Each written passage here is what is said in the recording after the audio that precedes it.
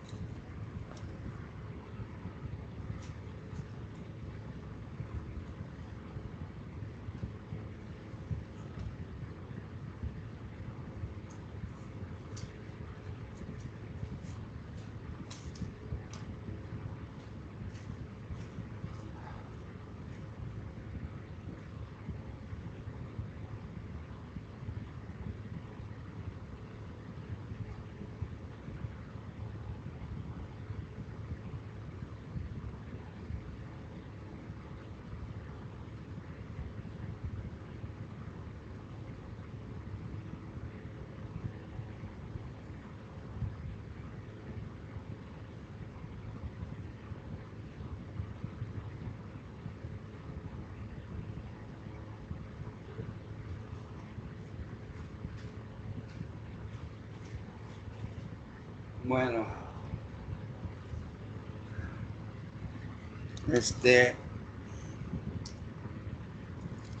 siempre me ha gustado a mí las etimologías porque nos dicen mucho de lo que estamos leyendo. Todo tiene un lenguaje científico y son dos los idiomas los que lo llevan a cabo, el griego y el latín, el viejo latín. Pues miastenia gravis nos lo está diciendo, o gravis. Mi es músculo y astenia es debilidad o fuerza, ¿verdad? Entonces, eso es lo que es la miastemia. Deben de tomarla en cuenta siempre en todo conocimiento científico. ¿Por qué? Porque nos está diciendo cosas de las que vamos a tratar. Entonces,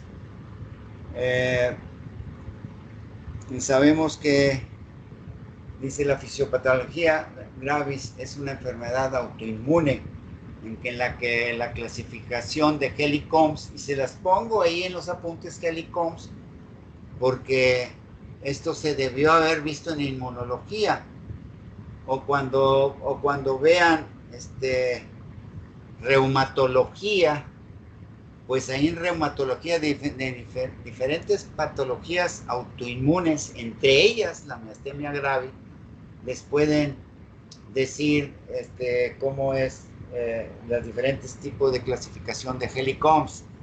Y yo tengo anotadas ahí cómo actúan los diferentes el macrófago y los diferentes linfocitos, cómo actúan para producir una reacción que va en perjuicio de nuestro organismo. Y entre ellas esta que es de tipo 2, que nos va a destruir, no así como la de tipo 1, que es la reacción antígeno-anticuerpo, donde se involucra la inmunoglobulina E, ¿verdad? Entonces sí es importante porque les doy un rato una referencia cuando vean reumatología, ¿sí? Porque ahí sí, por lo menos a mí en la Universidad de Nuevo León, qué tipo de la clasificación, cómo va a actuar esta enfermedad y nos va a producir una lesión autoinmune, o cómo se rechaza un trasplante. Entonces por eso les pongo ahí una probadita para que ustedes investiguen más y sepan en dónde buscarlo cuando vean enfermedades autoinmunes, ¿verdad? De todo tipo, en las diferentes especialidades, en neurología, en inmunología. Entonces es una de tipo 2, en donde primero se forma un anticuerpo IgM. Siempre hay un primero anticuerpo IgM y después un IgG que ataca a los receptores de acetilcolina a nivel de la placa neuromuscular. Entonces, esta enfermedad destruye los receptores en donde va a actuar la acetilcolina, que les quede muy claro esto. ¿Por qué? Porque sí va a haber acetilcolina y supongamos que tenemos, con cada impulso nervioso, son 10, siempre nos hizo sobrados el creador, 10 moléculas de acetilcolina sobre 5 receptores. Quiere decir que estamos al 2 por 1. Por eso tenemos la enzima acetilcolina esterasa que desactiva la acetilcolina. ¿Por qué? Porque si no estaríamos con contracciones tetánicas. Entonces, la enzima acetilcolina esterasa desactiva la acetilcolina. Entonces, cuando empezamos a tener miastenia gravis, que se empiezan a acabar los receptores, que en vez de 5, y secretamos 10 acetilcolinas, y la acetilcolasa se encarga de destruir esa acetilcolina, pues entonces pues hay que cuidar. ¿A quién vamos a dar como medicamento? Pues una enzima que inhiba a la acetilcolina esterasa, porque ya nomás tenemos 3, entonces que se quede más tiempo. No sé si me estoy explicando, pero la miastenia gravis es una enfermedad autoinmune que en la clasificación de Helicombs es de tipo 2, forma anticuerpos. Pues ¿contra quién? Pues contra los receptores. Entonces sí tienen que quedarles muy claro esto. Entonces tienen que llenar ciertas preguntas, ciertos espacios, y así que quede muy claro. En las otras me dijeron que no pusiera muchos incisos, que porque les toma mucho tiempo. Yo les pongo incisos para que, sacando las verdaderas, sacan casi siempre la falsa, pero ahora me limitan en eso. Entonces de ahí que tuve que poner preguntas muy directas. Y entonces siempre pongo a veces 2 preguntas verdaderas de las 3, o pongo 3 y pongo 2 verdaderas, pero siempre una más verdadera. ¿Por qué? Porque se los digo para que sepan sacar las verdaderas, pero hay una que no está tan verdadera y hay otra que sí. La miastenia gravis es de la más frecuente de las enfermedades que atacan a la placa neuromuscular. Y dice otros tipos de miastenia musculares, que son los receptores postsinápticos de la acetilcolina. Es lo mismo de lo que estoy diciendo. Entonces, hay receptores de acetilcolina y hay receptores que deben de estar adecuados con la relación acetilcolina. Entonces tienen que, en la miastenia graves, hay pocos receptores, pero siempre va a haber acetilcolina. Siempre va a haber acetilcolina. Y ya al último en la enfermedad, pues ya no va a haber receptores. Por eso siempre tienen que sacar, a veces cuando les pida la más verdadera, entre la que aparece una mentira. Y es una forma de orientarlos para poder, pues yo sé que están bajo presión, ¿verdad? Y desvelados, y algunas trabajan. Entonces, esta miastenia gravis es más común en mujeres y además inicia a edad más temprana. En el hombre entre los 30 a los 40 en delante, pero en la mujer es una niña, pues que bueno, es un adolescente, ¿verdad? Inicia antes de los o despuesitos. No, pues es que antes las mujeres menstruaban a los 14 o a los 15, ahora están menstruando antes. Iba a decir, ¿verdad? Antes de que empiecen a menstruar, pero en los primeros años de los 15 empiezan a aparecer esta enfermedad autoinmune. En esta patología, dice, en mujeres comienza entre los 15 y los 30 años de edad y en el hombre entre los 60 o 75. Pues a veces a los 40 nos dicen otros libros, pero como lo saqué del manual Merck, pues así lo vi, por eso no sé, no debo de confiarme en ningún libro. Dice, se caracteriza la miastenia gravis por debilidad muscular. Pues claro, se van acabando los receptores. Pues claro, de los músculos voluntarios e involuntarios, en especial los extraoculares, los que mueven el ojo, que son el tercero, el cuarto y el sexto par craneal. Y eso es más característico. Dice, igualmente hay problemas con la evolución. Y entonces, entre la miastenia graves tenemos las crisis miasténicas, pueden ser por crisis miasténicas y crisis colinérgicas. Miastenias, pues las crisis miasténicas, pues son por una infección, por emociones, la mujer maneja más emociones, por ciertos fármacos, por el mismo embarazo. ¿Por qué el embarazo? Porque hay cambios hormonales muy notorios que el producto o el feto, a través del trofoblasto, que después va a ser placenta, estimula todas las hormonas del cuerpo, entre ellas a la mujer, o después del puerperio. Y les pongo la definición del puerperio, porque todavía no llegan ustedes a obstetricia. Y el puerperio tiene dos orígenes de palabras griegas. Puer, que significa del latín niño, y perio, que significa parir, o sea, después de parir.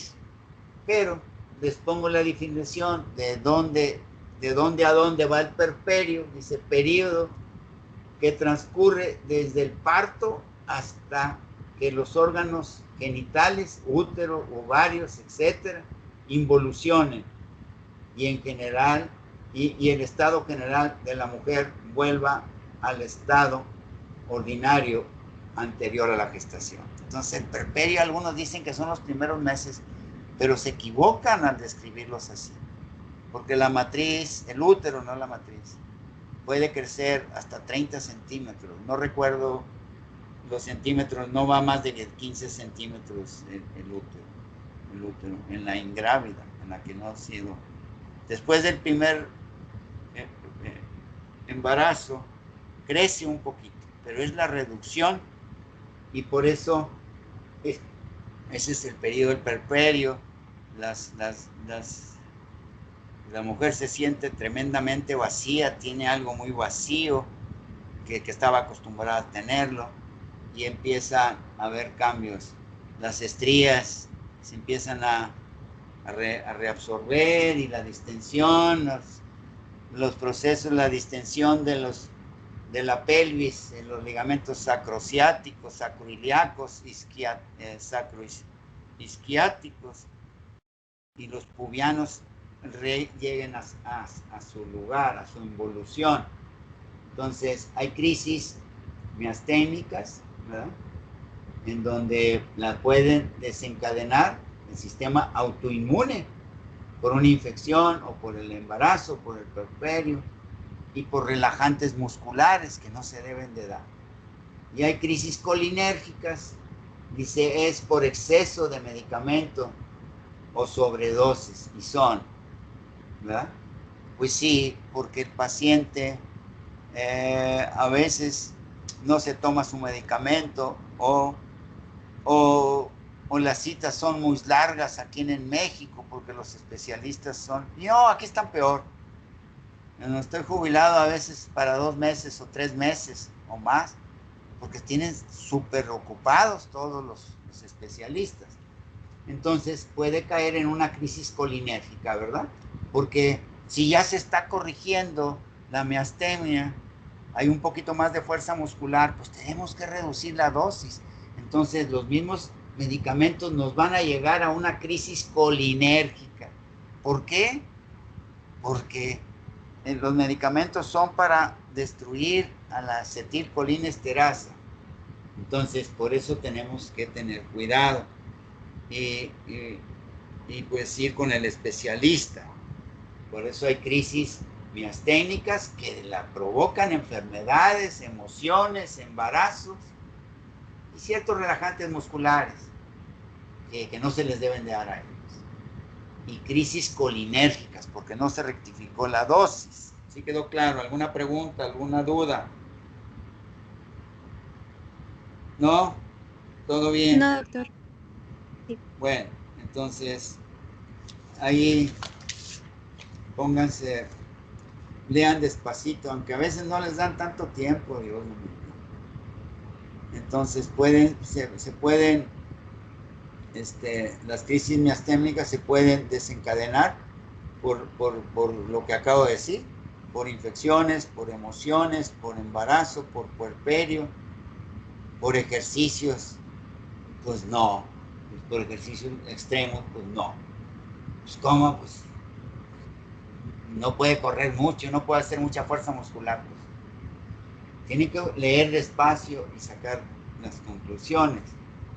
Y pues los síntomas no se los pongo porque pues son efectos parasimpático mimético. Pues va a haber diarrea, va a haber paro cardíaco, diarrea porque a nivel del aparato digestivo está aumentado el tránsito intestinal. Va a haber paro respiratorio porque ya no hay receptores y los músculos respiratorios del diafragma y todos los demás, los intercostales externos que ayudan en la inspiración, los internos para la expiración junto con los oblicuos, pues claro. Va a haber cianosis, pues claro. Pues, no hay, puede haber el corazón puede latir, pero puede haber rescates y va a haber taquicardias. Pero no, después eso lo sacan los síntomas, no se los voy a poner. Entonces, pero sí quiero que lo sepan. ¿Por qué? Porque ya después en la clínica, ahorita no. El diagnóstico de la miastenia gravis es clínico y por las pruebas del endrofón. Inhibe a la enzima colinesterasa. ¿Sí? ¿Sí quedó claro? Entonces las crisis colinérgicas pueden desencadenar pues por exceso de medicamentos anticolinérgicos o por medicamentos que tengan funciones parasimpáticas. ¿Por qué? Porque es el parasimpático, no el simpático. ¿Sí quedó claro? Dice otras formas de diagnóstico definitivo de la miastenia gravis. También se miden los anticuerpos de los receptores por un inmunoanálisis, ¿verdad? Inmunoanálisis, ya sea con marcadores o con anticuerpos como el ELISA. Se realizan una electromiografía pues para ver qué tanto está trabajando la placa neuromuscular, el TAC, y también está asociado a otras patologías como que se tiene anticuerpo, como el lupus, como la tirotoxicosis, la enfermedad de Graves, que son anticuerpos que estimulan el tiroides, como la artritis reumatoide, como el síndrome de Sjögren,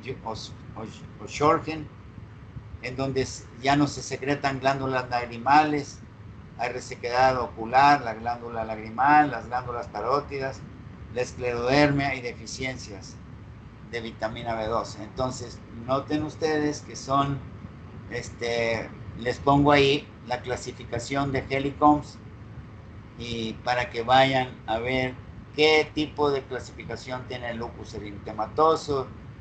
Eso les va a servir en reumatología. Pues, oh Dios, el tratamiento pues es con anticolinérgicos, ¿verdad? Y con piridistomina, con corticosteroides para bajar el sistema inmune, con timectomía, o sea, quitar el timo porque es una enfermedad autoinmune. ¿Y quién produce los anticuerpos? Por los linfocitos B. ¿Y en dónde maduran los linfocitos B? Pues en el timo. Entonces,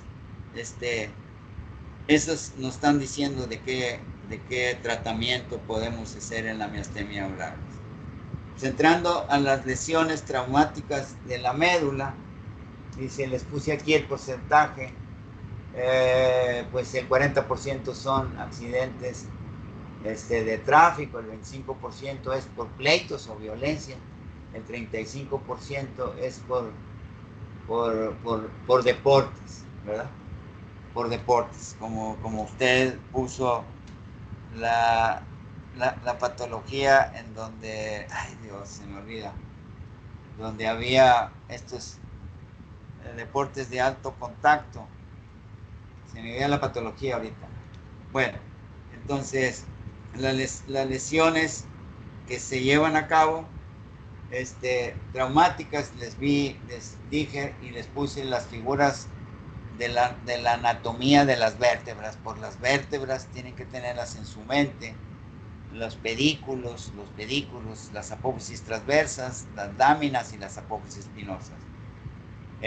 Y en una lesión traumática, pues estas están expuestas, no solamente las vértebras y sus estructuras, sino sus ligamentos, ¿verdad? Que los ponen en posición, y sus músculos, y sobre todo el menisco intervertebral, que es fibroso, y el núcleo fibroso y el núcleo pulposo, que es un vestigio de la notocorda, que en embriología lo vimos, ¿verdad? Entonces, ¿qué se va a lesionar ahí? Pues vértebras, ligamentos, discos intervertebrales, vasos sanguíneos. Y todo eso va a causar una lesión vertebral y va a tener pérdida de la función. Si es uno conmoción, inmediatamente, pum, para abajo. Conmoción es al boxeador que le pegan y con un golpe para abajo, lo primero que tiene su cabeza así erguida, lo primero que hace es esto. Y luego se cae en la cabeza y el mentón puede topar con el tórax y los brazos se van hacia los lados y las piernas se doblan. Esa es una conmoción. Pero esa conmoción no se ve la lesión, pero sí es muy fuerte, como los boxeadores que me tocó ver a un peleador mexicano que mató a un inglés por el estúpido referee. Son muy orgullosos los ingleses y el estúpido referee no paró la pelea. Y un boxeador, no recuerdo, se me va el nombre, no me podía acordar. Ahí mismo en el ring murió. Ahí mismo. ¿Por qué? Porque el efecto de golpe y contragolpe degolla los vasos sanguíneos intracerebrales. Y hay hemorragias internas masivas. Y ahí mismo se muere. Ahí mismo ya no alcanza a llegar con signos vitales. A los 5, 6, 7 minutos ya se muere. Porque es una conmoción terriblemente que degolló. Entonces, los tipos de lesiones que tienen sistema nervioso hemisférico y la médula, o pueden ser conmoción o puede ser contusión, una contusión en piel, que me pegaron un machetazo por detrás, que es común, lo van a ver en urgencias, que los matan a machetazos. Pues entró el machete en los músculos de la masa común y sobre las láminas vertebrales que unen la apófisis transversa hacia afuera y la apófisis espinosa, se llevó una lámina vertebral. Entonces, las lesiones pueden ser conmoción, que no hay pérdida de tejido visual, o pérdida de la continuidad. No hay pérdida de la continuidad, dice el diccionario. No, hombre, no hubo herida, dime lo más sencillo. La contusión, ya hay pérdida del tejido, lo vimos, piel y láminas y vértebra. Y la otra es una laceración o desgarro, una laceración. Y así, cuando vean traumatología, y es una tristeza porque hablé con la química Sheila, fue mi alumna, y en este mes cumplo, en este semestre, 6 años ahí. Y le dije al director el semestre pasado, oiga, necesito una constancia de trabajo y todo. Y dice, póngale ahí que tengo 5 años. ¿Cómo, doctor? Pues sí, le digo, porque pues, el tiempo pasa muy rápido y usted tiene muchas cosas. Decía la alumna, la química Sheila fue mi alumna, y yo ya tenía semestres trabajando. Ella me entrevistó primero, y luego usted y el doctor Gutiérrez Sierra, que fue director. Y así no vieron en trauma las diferentes lesiones de los huesos. Primero hay esguince de primer grado, en donde hay una distensión leve de la articulación, esfinge de primer grado. Segundo grado hay hematoma, hay más proceso inflamatorio. Y el tercer grado dura más, tarda más de 10 días en sanar. Lo van a ver en trauma, en traumatología, o lo van a ver en medicina legal. Y el esfinge, el esguince de tercer grado, ya se desgarra la articulación. Entonces, de ahí pasamos a laceración. En el tercer grado ya hay desgarro de la articulación. Y luego, después del esguince de tercer grado, hay luxación de la articulación. Y así lo van a ver el tiempo, en base a lo que estoy diciendo, en base a la lesión, en base a lo que vemos ahí en el área, vemos y nos podemos suponer, así por simple vista.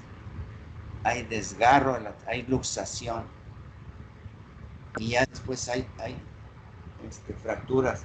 Por eso las lesiones es o en las vértebras, o en los ligamentos, o en el menisco intervertebral, o en los vasos sanguíneos.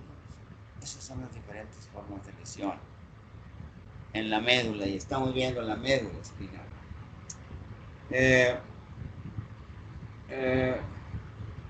Las lesiones de las vértebras que ponen en riesgo la vida, pues son por arriba de C5. O sea, pues puede ser por arriba de C4, C3. Pues hay muerte. ¿Por qué?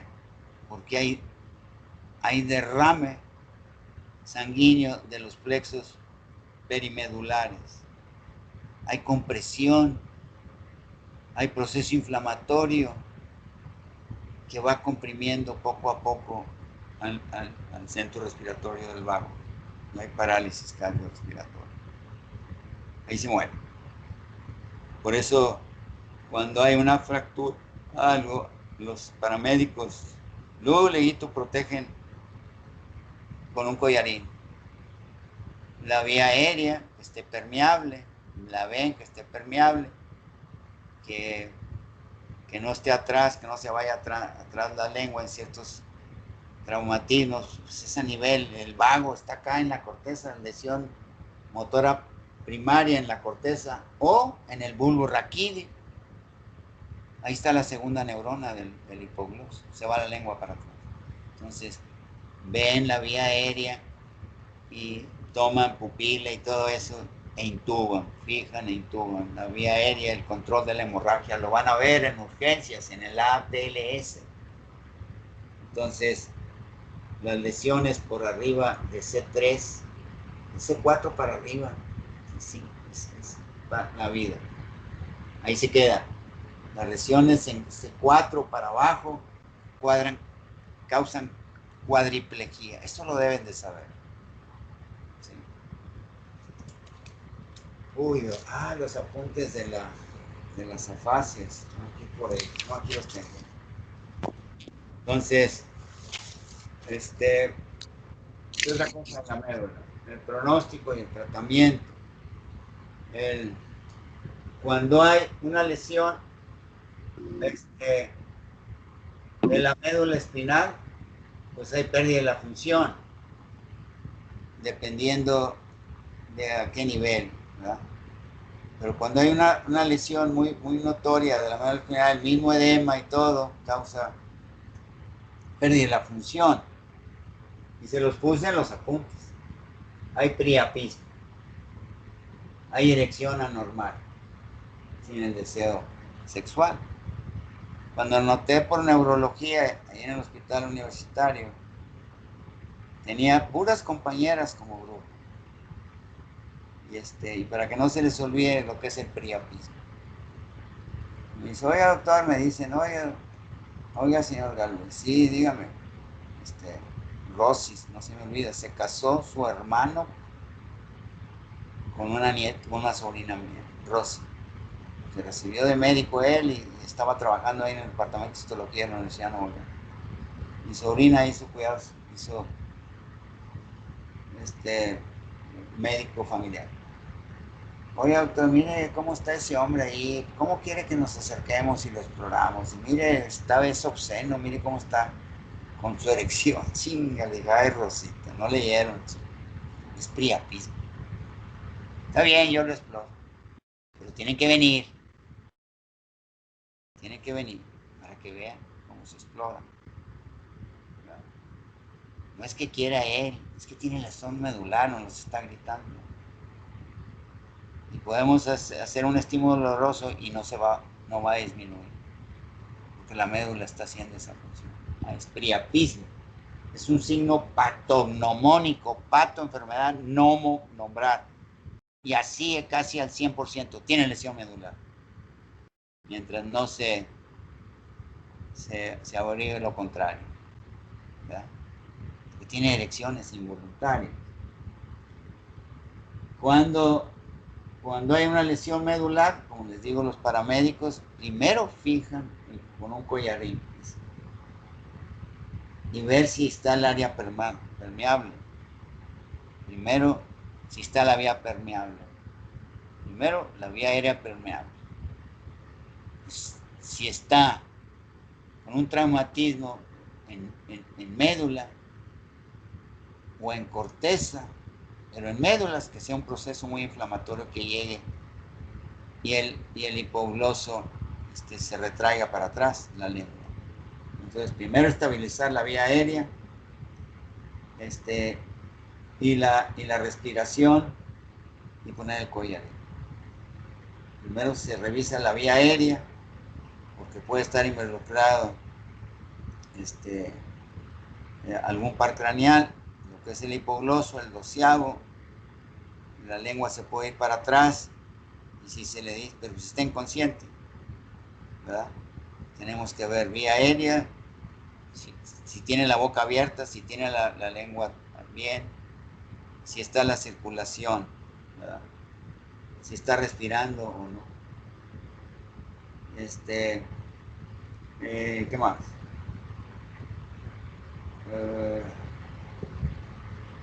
Bueno, sobre ¿qué hora son? Son las 10:42, ya vamos a terminar. Déjame ver. Sobre la patología que vemos, las afasias. Ay, Dios. Sobre las afasias, que se los puse ahí en los apuntes. Espero que los tengan todos, porque les tuve que poner algunas preguntas, pero estas son menos. ¿Por qué? Porque es más difícil de entender, ¿verdad? Uy, Dios mío. Entonces, bueno, la neurofisiología estudia las patologías que les hice ahí, el resumen de cada una, pero se los pongo ahí al principio de los apuntes, que es afasia, que significa sin palabras. ¿Qué ves? ¿Qué es esto? Tiene su vía visual, pero conectada con otras áreas del lóbulo parietal, pues no sé, donde guardo mucha información, en los lóbulos parietales, en la parte más posterior. O si le estoy hablando, pues no me entiende. No. ¿Te llamas José? No, ya no sabe. Tiene una fascia auditiva, tiene una fascia sensitiva. Cierra los ojos, le pongo un lápiz o las llaves y no me dice qué es. Entonces, esa es la fascia visual, auditiva, sensitiva, visual. Y la agnoxia, que ven, pero no saben qué ven. No saben decir qué es. Entonces, y apraxia, es sin acción. Entonces, los síndromes neurológicos son la afasia, la agnoxia y la apraxia.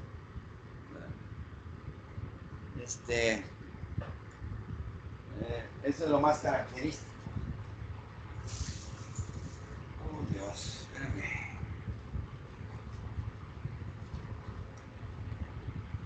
Entonces,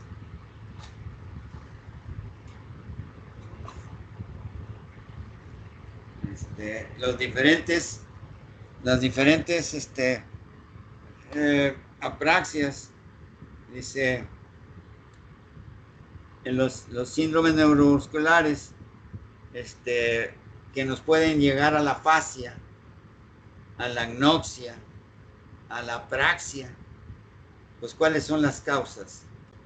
Pues lógicamente, hemorragias, eventos cerebrovasculares, que pueden ser por émbolos, que pueden ser por coágulos que se forman trombos, que pueden ser por émbolos de placas arteriomatosas, que pueden producir infartos, o por hemorragias, o también estos síndromes neuropsicológicos que nos llevan a la fascia, a la agnoxia y a la apraxia, pues pueden ser por tumores propios, que es muy poco común y nos van avisando, o metastásicos, que son los más comunes, o por un traumatismo, o por una enfermedad, por una encefalitis, o por una bacteremia que llegó al cerebro, o por hongos, o el mitos como septicercos, o por procesos autoinmunes o degenerativos, pues podemos tener afasia, agnoxia y apraxia, que son los síndromes neurofisiológicos. ¿Sí quedó claro? Entonces, la afasia global pues, es la más terrible. Les puse varias afaxias ahí, ¿verdad? Pues, no pueden leer, no pueden hablar, no tienen forma de expresión, ¿verdad? Sí es una afasia. Pero sí pueden hablar a veces, hablan todos desbaratados, pero no pueden leer ni escribir. Pero cuando es global, pues se interrumpe todo eso. No pueden ni hablar, ni leer, ni escribir. El área motora está involucrada. Está involucrada el área de Broca, está involucrada el área auditiva primero. Entonces es global, es la de Wernicke, todo es una fascia global. No entienden lo que les dice uno. y luego en donde se guardan las palabras por detrás de la primera circunvolución temporal y la parte inferior de la circunvolución inferior del lóbulo parietal, a donde se almacenan todas las palabras. Las que escuché, ahí las almaceno, ¿verdad? Todo lo que escuché, carro, persona, animal, ahí las guardo. Y luego las conecto con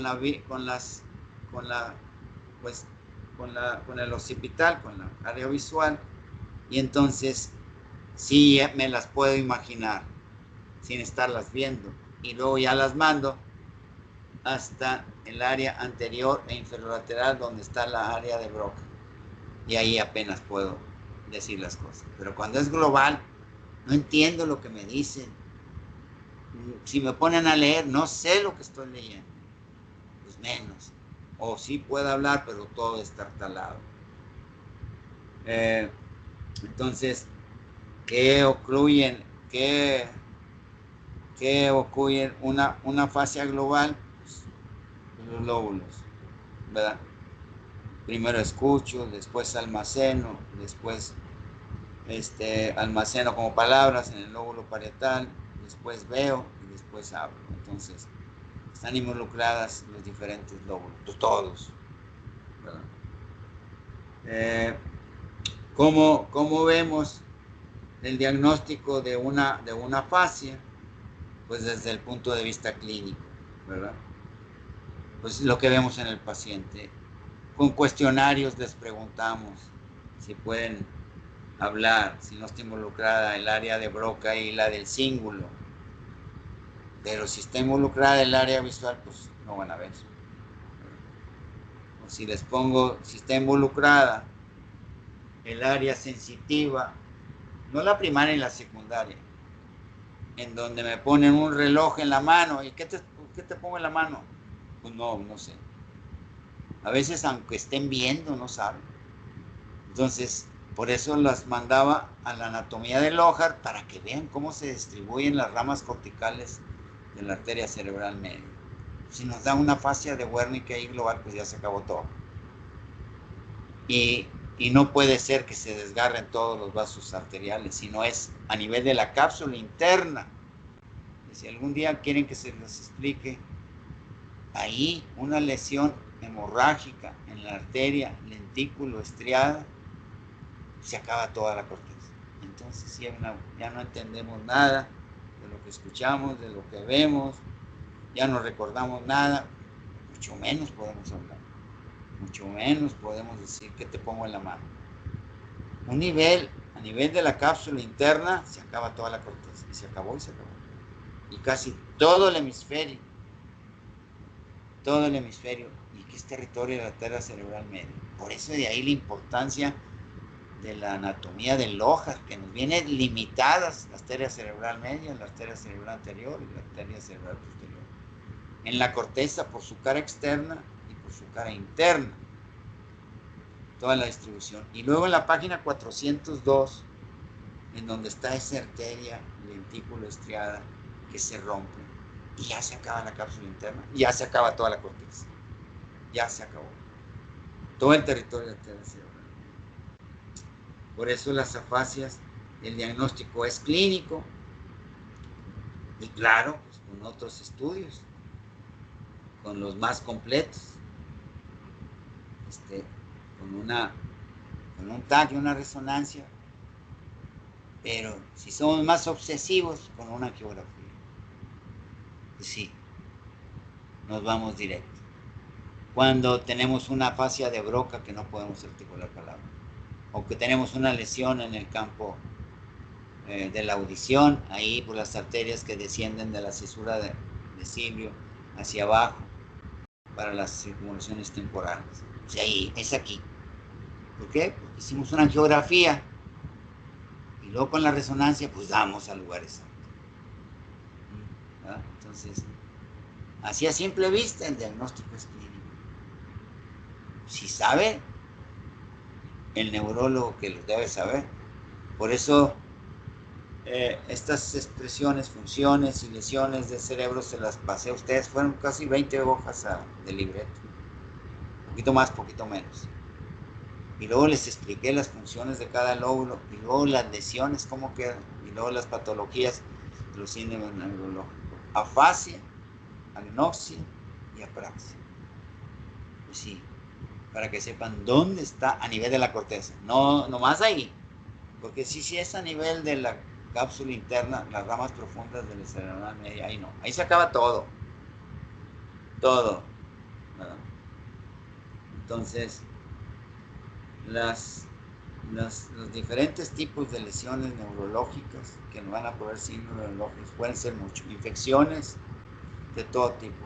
Traumatismos de todo tipo. Y dependiendo del área. Tumores propios o metastásicos que nos van haciendo perder las funciones. Y si sabemos, y si vemos la figura del ojo, y si leemos los apuntes que les di, pueden saber cómo va perdiendo funciones cada lobo. Otra de las cosas, los trastornos neuropsicológicos que interfieren con la conducta.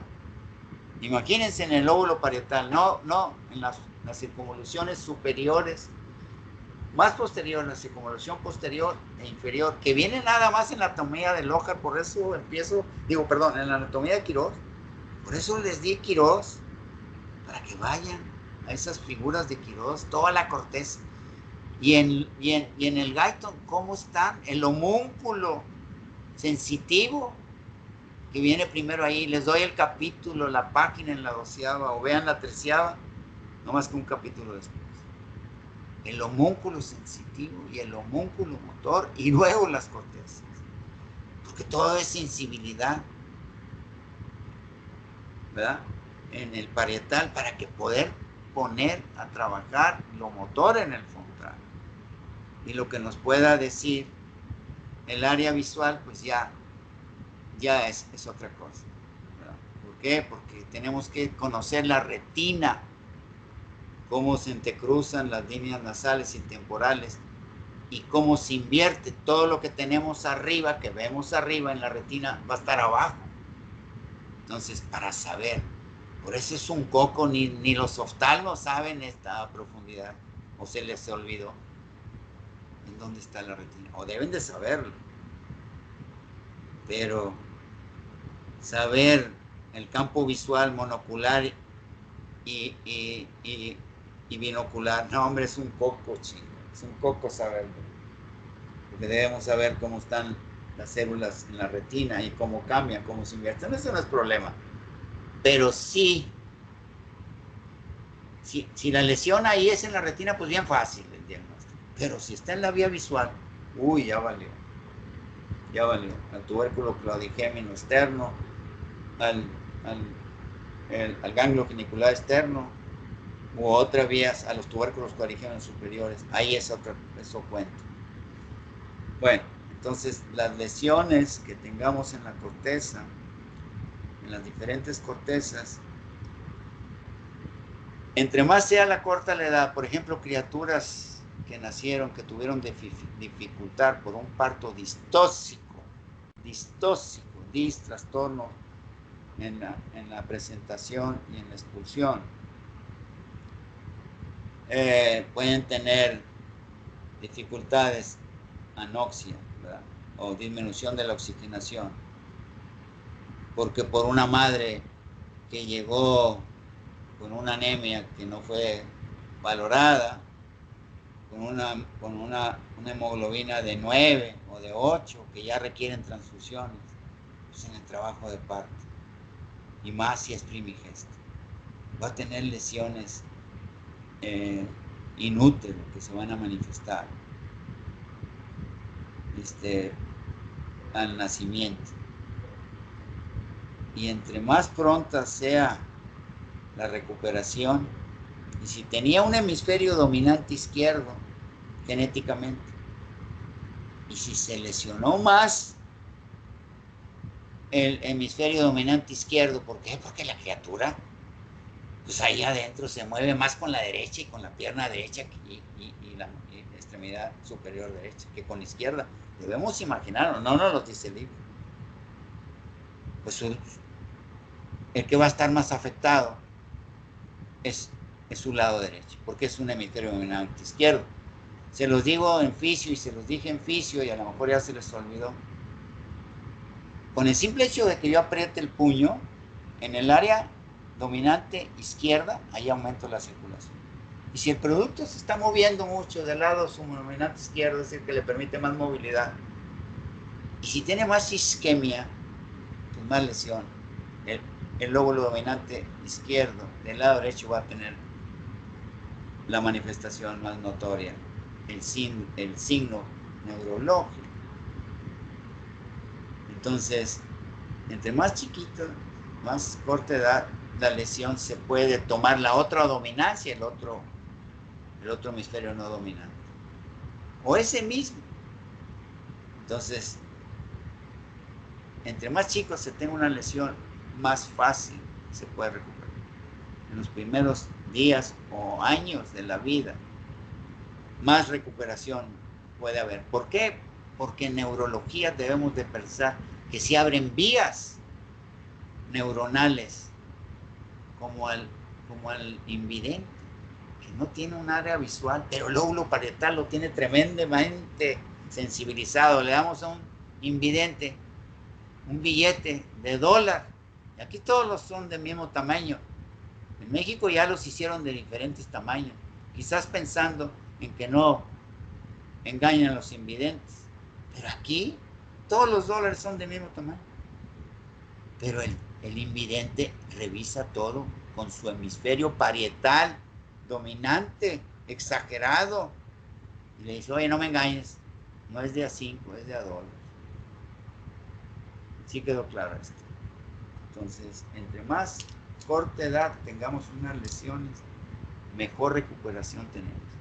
Ya sea en ese mismo hemisferio o hacer el otro hemisferio que no era dominante, hacerlo dominante. Entre más grande la edad, de 8 para arriba, 9, la recuperación no es tan grande. Y lo primero que se recupera en las primeras semanas o meses, hasta ahí va a llegar y se acabó el baile. ¿Alguna pregunta, alguna duda? Revisen la fascia, las diferentes causas. Y Ninguna duda, doctor. Y cómo están involucrados los lóbulos.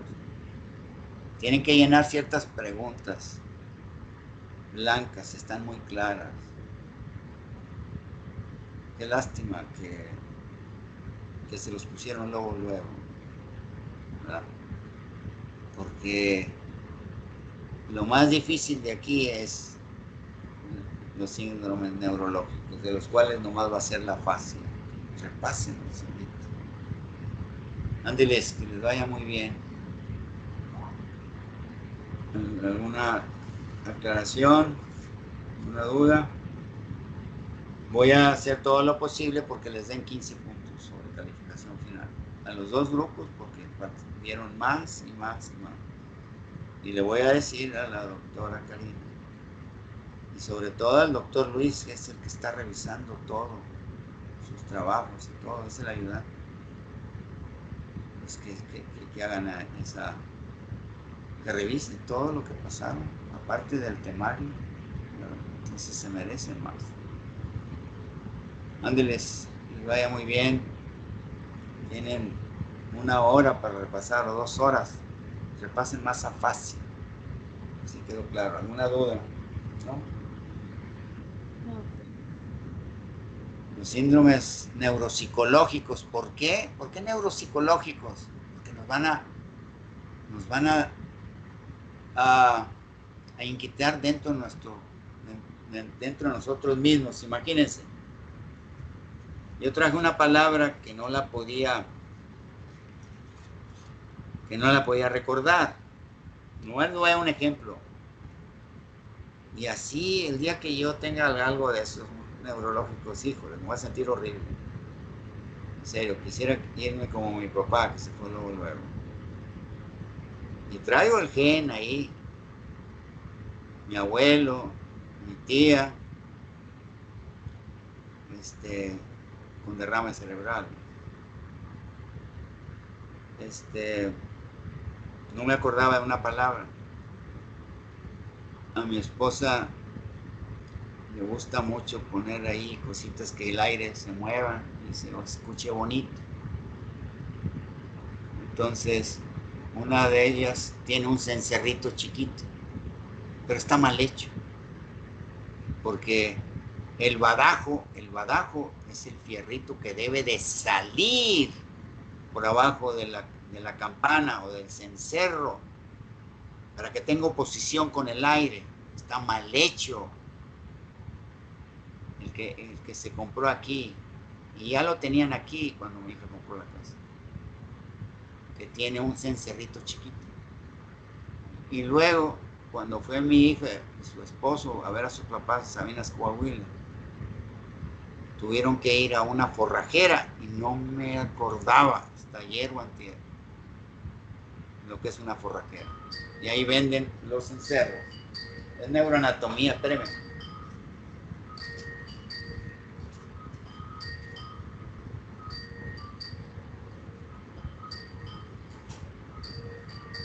No puedo contestar. A ver, déjame contestar porque usted no quiere contestar. Bueno. No puedo contestar. Sí, está mugroso teléfono. No puedo contestarlo, ¿ves? Bueno, espérame. ¿Sí me escuchan? Ah, sí. Es usted, Ángela. No podía contestar este teléfono y mi esposa están fallando. Deben 3 minutos. Ándele, conéctese. Ándeles. Adiós, Ángela. ¿Sí me escuchó? Ándele, gracias. Ahí voy. 2 minutos, Ángela, nada más. Ándele. Ándele, adiós. Entonces, el traerme eso inquieto, porque no me acordaba una forrajera, que por cierto hicieron mal los cencerros, porque el badajo, o sea, como las campanas, debe estar expuesto para que el mismo aire cobre esa función, aparte de que esté bien alineado y todo. Y no me acordaba esa palabra. Y a ustedes les sabe pasar lo mismo, cuando no pueden recordar una cosa y aquí traigo la palabra. Imagínense a un paciente que tenga involucrado el lóbulo parietal, que no recuerde una palabra, que lo esté inquietando, que se trate, que no articula bien las palabras, o porque no recuerda lo que les están preguntando. ¿Cuánto sufre? Por eso los van a ver llorar, los van a ver que se enojan, por eso se llaman síndromes neuropsicológicos, psicoalma, nos van a alterar mucho la conducta.